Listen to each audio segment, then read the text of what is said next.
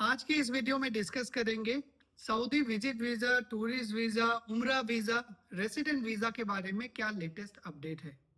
दोपहर को मैंने आप लोगों को एक शॉर्ट वीडियो पब्लिश करके बता दिया था कि विजिट वीजा में क्या मेजर चेंजेस हुए।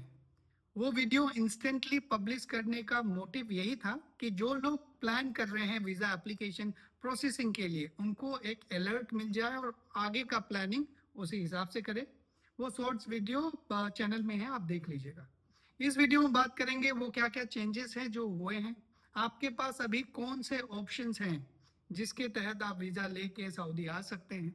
तीसरा, जो सबका कंसर्न है, एक्सटेंशन का क्या पॉसिबिलिटीज है, क्योंकि आप लोगों को पता है कि रमदान और हज के समय बहुत सारे ऐसे सऊदी वीजा रूल्स हैं, एप्लीकेशन रूल, जो ओवरनाइट चेंज हो जाते हैं, वो किसी को नहीं पता, अनसर्टेन है। तो उसके क्या पॉसिबिलिटीज है, प्रोबेबिलिटीज क्या क्या है, वो सारी बातें डिस्कस करूंगा।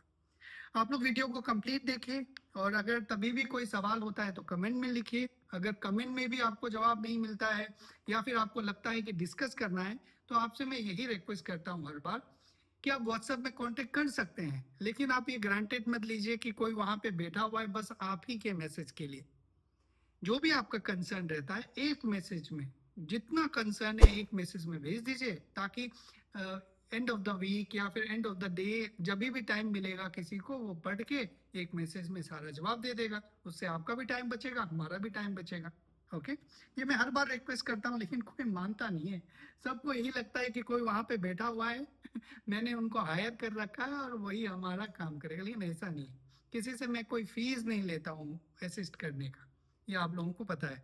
बस जब टाइम मिलता है आपको असिस्ट करता हूँ। एनीवे, तो पहला जो अपडेट है वो मैं फिर से दोहरा देता हूँ कि जो फैमिली विजिट वीजा है उनका स्टे पीरियड 60 डेज से घटा के 30 दिन कर दिया है। मतलब ये कि अब आप आने के बाद सऊदी 30 दिन ही रह पाएंगे। ऑनलाइन एक्सटेंड का प्रोविजन अभी आप छोड़ दीजिए, उसके बारे में भी डिस्कस करेंगे। फिलहाल ये है कि आपका अगर आज वीजा इशू हुआ तो आपको 30 दिन के अंदर में ही आ जाना है सऊदी के अंदर, और जिस दिन आप आए उस दिन से आप 30 दिन रुक सकते हैं। ये आज का 5 जनवरी 2026 का अपडेट है। अब आपके पास में अगर आपको सऊदी आना है तो आपके पास में कौन कौन से प्रोविजंस हैं, कौन कौन से वीजा ऑप्शंस हैं, उसके बारे में डिस्कस करूंगा ताकि हर एक का एक एक अपडेट आप लोगों को शेयर कर दूं।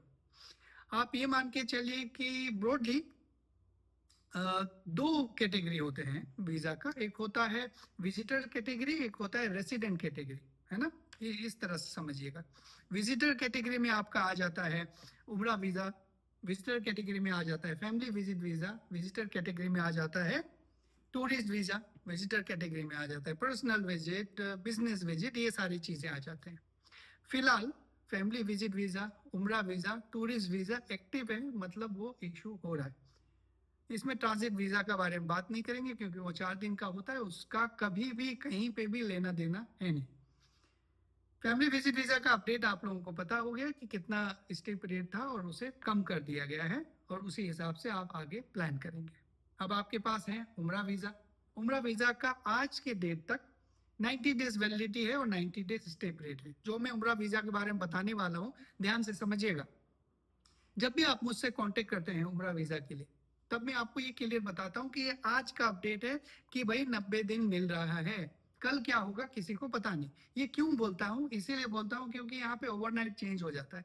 अगर आपसे पासपोर्ट और पेमेंट लेके ये बोल के ले कि 90 दिन का है, कल आपको 30 दिन का मिले तो आप हमें ही पकड़ेंगे कि भाई आप तो 90 दिन का बोल रहा था। तो इसीलिए आज के डेट में 90 डेज वैलिडिटी और 90 डेज स्टे पीरियड के साथ उम्रा वीजा इशू हो रहा है। हम लोग बस फैमिली जो है इकामा होल्डर के हस्बैंड जो यहाँ रहते हैं, उनके बच्चे, वाइफ, माता पिता अगर दमाम और रियाद में आने वाले, उन्हीं का वीजा एप्लीकेशन प्रोसेस कर रहे हैं। उसके लिए आप कांटेक्ट कर सकते हैं, डिस्क्रिप्शन में नंबर दिया गया है। ओके, तो ये उम्रा वीजा का है। अब उम्रा वीजा में एक चीज और आप लोगों को समझना है, शायद लोग आपको एक्सप्लेन ना करें। देखिए 90 डेज तो उनका वैलिडिटी और स्टे पीरियड बिल्कुल है ही, लेकिन आपको 18 अप्रैल से पहले पहले वापस चले जाना है। आप इसको इस तरह से समझिए कि उम्रा वीजा का स्टे पीरियड 90 डेज है और या 18 अप्रैल 2026 है। दोनों में से जो भी डेट पहले आएगा उस डेट को आपको वापस चले जाना है। अब आज 5 जनवरी है, तो मान के चलिए आज अगर कोई वीजा लेता है तो वो 10 दिन बाद ट्रेवल करेगा, मान लो 15 जनवरी 20 जनवरी को, तो उनके लिए 90 दिन उनको नहीं मिलेगा जो 20 जनवरी को ट्रेवल कर रहे हैं, क्योंकि वो जाहिर सी बात है 18 अप्रैल से पहले पहले ही होगा, उनका डेट आ जाएगा 90 दिन 18 अप्रैल के बाद आएगा, तो उनको 18 अप्रैल से पहले पहले ही जाना है। ये आप पकड़ के मत बैठ जाइएगा कि मैं 1 अप्रैल को आऊंगा तो इसमें तो 90 दिन लिखा हुआ है तो मैं 90 दिन रुक सकते हैं, नहीं, विच सो एवर कम्स अर्ली वही एप्लीकेबल होता है वैलिडिटी के बारे में। इसको मैं एलोंगेट क्यों कर रहा हूँ, इसीलिए कर रहा हूँ क्योंकि बहुत सारे लोगों को पता नहीं होता है और टिकट बुक कर लेते हैं और एयरपोर्ट में बैठ के रोते रहते हैं, भाई हमें तो पता नहीं था।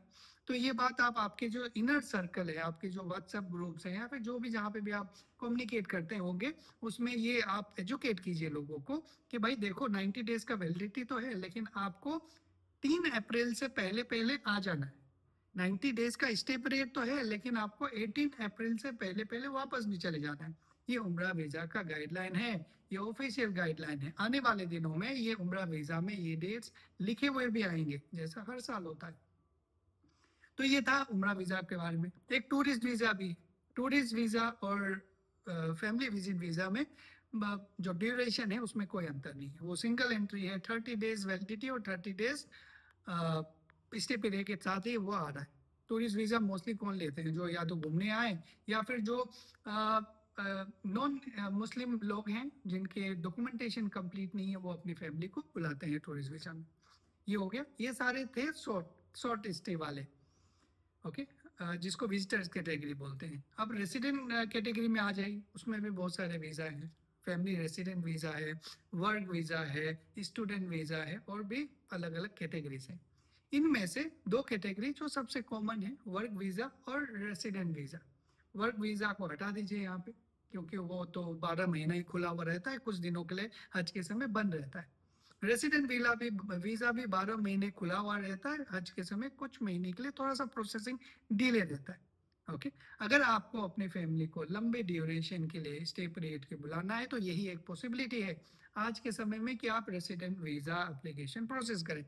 अब कैसे प्रोसेस करना है भाई, पूरा गाइडलाइन तो है नहीं, डॉक्यूमेंटेशन कैसे बनाना है, कौन से प्रोफेशन का एक्सेप्टेंस होगा, क्या फीस है, प्रोसेसिंग टाइम, मेडिकल का रिक्वायरमेंट किनको है, पोलियो वैक्सीन का रिक्वायरमेंट किनको है, येलो स्लिप कैसे लेना है, अफसर के थ्रू कैसे लेना है, ये सारे बहुत सारे इफ्स एंड बट्स हैं।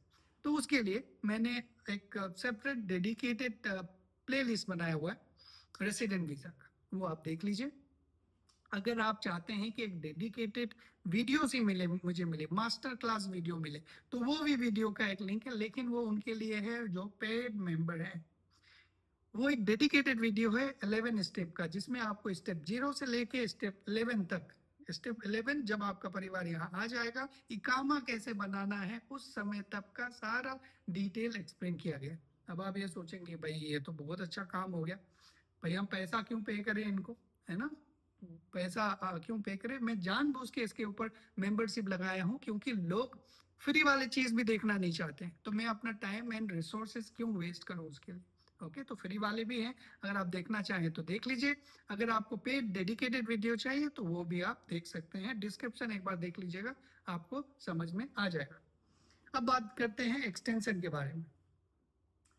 एक्सटेंशन का एक कॉन्सेप्ट है जो आप सब लोगों को समझना जरूरी है। इसका कॉन्सेप्ट ये है कि कभी भी written rules and regulation Saudi में नहीं आए कि एक्सटेंशन चालू है, एक्सटेंशन बंद हो गया, एक्सटेंशन 30 दिन का मिल रहा है, 60 दिन का मिल रहा है, 90 दिन का मिल रहा है, एक्सटेंशन वीजा एक्सपायर होने के बाद मिल रहा है, ये सारी चीजें कभी नहीं आए। इसका एक कॉन्सेप्ट है कि आपको ट्राई करना है तभी आपको पता चलेगा। आज के डेट में फर्स्ट ऑनलाइन एक्सटेंशन हो रहा है, मैंने खुद किया है और ये ऑनलाइन हो रहा है। एक्सटेंशन के बारे में एक डेडिकेटेड वीडियो आपको कल 6th ऑफ जनवरी को पब्लिश करूंगा, उसमें भी आपको यही बातें बताऊंगा कि कैसे आप एक्सटेंड करना है, किन किन लोगों का हो रहा है, थोड़ा डिटेल में बताऊंगा। इसमें आप शॉर्ट में समझ जाइए कि ऑनलाइन एक्सटेंशन हो रहा है या नहीं हो रहा है, हो रहा है। कितना दिन मिल रहा है, जितना दिन आपका वीजा में स्टे पीरियड लिखा हुआ है। अगर आपके वीजा में 90 दिन लिखा हुआ है तो 90 दिन मिल रहा है, आपके वीजा में 60 डेज लिखा हुआ है तो 60 डेज मिल रहा है। आपके वीज़ा में 30 डेज अभी लिखा हुआ आ रहा होगा, तो जब भी आपका एक्सटेंशन का टाइम आएगा तो उस समय हो जाना चाहिए। ये एक्सटेंशन रूल्स रमज़ान और हज के समय में चेंज हो जाते हैं। फर्स्ट ऑनलाइन एक्सटेंशन भी बंद कर दिया जाता है, ये किसी को नहीं पता कि कब बंद होगा। तो अगर आपको टाइम आएगा, आपको एमओआई की तरफ से 7 दिन पहले एक मैसेज आता है, उस समय आप अपना फीस पे कीजिए, इंश्योरेंस परचेज कीजिए और ट्राई कीजिए। साथ में प्लान भी रेडी करके रखिएगा कि भाई अगर एक्सटेंशन नहीं हुआ तो हमें एग्जिट जाना पड़ेगा। तो ये एक्सटेंशन का रूल है। कई लोग मेरे एक्सटेंशन वाले वीडियोस 1 साल बाद देखते हैं, कुछ अलग डेट में देखते हैं और फिर गाली देते हैं कि भाई झूठ बोल रहा है, एक्सटेंशन तो हो नहीं रहा है। लेकिन वो ये नहीं सोचते कि वो वीडियो किस समय का है। ओके, तो डेट भी देखना जरूरी है, उस समय का सिचुएशन क्या था वो देखना जरूरी है। तो ये हो गया आपका एक्सटेंशन के बारे में। अब एक और चीज आप लोगों को ध्यान में रखना है जिनको विजिट वीजा अप्लाई करना है। Visit visa most probably 4th week of March 2026 से बंद हो जाएगा। ये डेट मुझे कैसे पता, कहीं अनाउंस तो हुआ नहीं है। ये डेट मैं पिछले साल का जो डेट था उससे कंपेयर कर रहा हूँ। अब पिछले साल क्या हुआ था कि 13 अप्रैल तक वैलिडिटी था विजिट वीजा वालों के इंटर करने के लिए। इस बार वो मैं अनुमान लगा रहा हूँ कि 3 अप्रैल तक होगा। और पिछले बार 13 अप्रैल लास्ट एंट्री डेट था, तो एक हफ्ता पहले ही वीएफएस में एप्लीकेशन एक्सेप्ट करना बंद कर दिया था। उसी कॉन्सेप्ट को अगर हम फॉलो करेंगे तो अप्रैल अगर 3rd लास्ट एंट्री डेट रहेगा विजिट वीजा वालों के लिए भी, तो लास्ट वीक ऑफ मार्च वो होगा last date to submit application in VFS. ये एक हाइपोथेटिकल अप्रोच है मेरा, गलत भी हो सकता है, सही भी हो सकता है, लेकिन आप अपना प्लान इस बेस पे कर सकते हैं। अब आपका जो एक्सटेंशन है वो most probably 2nd week of May तक हो सकता है, चाहे आपका पहला एक्सटेंशन हो उस समय में 2nd वीक तक हो सकता है। उसके बाद होगा नहीं होगा ये तो और भी ब्लैक होल है। ओके, तो ये सारी चीज़ें हैं। और जिनको भी उम्रा वीज़ा लेना है वो अपना उम्रा वीज़ा सिक्योर कर ले, अप्लाई कर ले, ताकि जो रूल्स एंड रेगुलेशन है, आप मेरे पिछले वीडियोस में देखे होंगे जो मैंने 31 दिसंबर को पब्लिश करा था, उसमें मैंने 2025 में जनवरी से दिसंबर तक क्या सीक्वेंस हुआ था, क्या इवेंट्स हुए थे, मंथ वाइज मैंने आपको बताया था। आप अगर वो वीडियो देखेंगे तो आपको समझ में आ जाएगा कि सऊदी में किस तरह से किस मंथ में क्या क्या रूल्स एंड रेगुलेशन चेंज होते हैं। तो ये सारे चीज़ें हैं। और अगर आपको इससे रिलेटेड कोई कमेंट्स हैं, फीडबैक है, तो कमेंट में लिख के जरूर बताइएगा। आज के इस वीडियो में बस इतना ही। Thank you very much.